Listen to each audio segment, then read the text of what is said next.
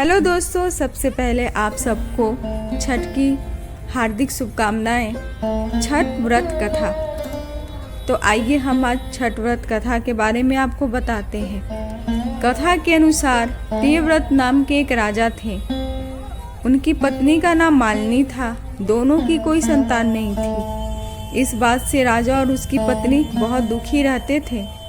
उन्होंने एक दिन संतान प्राप्ति की इच्छा से महर्षि कश्यप द्वारा पुत्रष्टि यज्ञ करवाया। इस यज्ञ के फलस्वरूप रानी गर्भवती हो गई। 9 महीने के पश्चात संतान सुख को प्राप्त करने का समय आया तो रानी को मरा हुआ पुत्र प्राप्त हुआ। इस बात का पता चलने पर राजा को बहुत दुख हुआ। संतान शोक में वो आत्महत्या का मन बना लिए। लेकिन जैसे ही राजा ने आत्महत्या करने की कोशिश की, उनके सामने एक सुंदर देवी प्रकट हुई। देवी ने राजा को कहा कि मैं षष्ठी देवी हूँ। मैं लोगों को पुत्र का सौभाग्य प्रदान करती हूँ।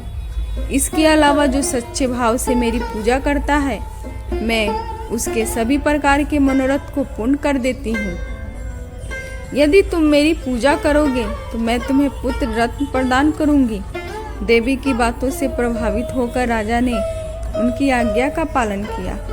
राजा और उनकी पत्नी ने कार्तिक शुक्ल की षष्ठी तिथि के दिन देवी षष्ठी की पूरे विधि विधान से पूजा की। इस पूजा के फलस्वरूप उन्हें एक सुंदर पुत्र की प्राप्ति हुई।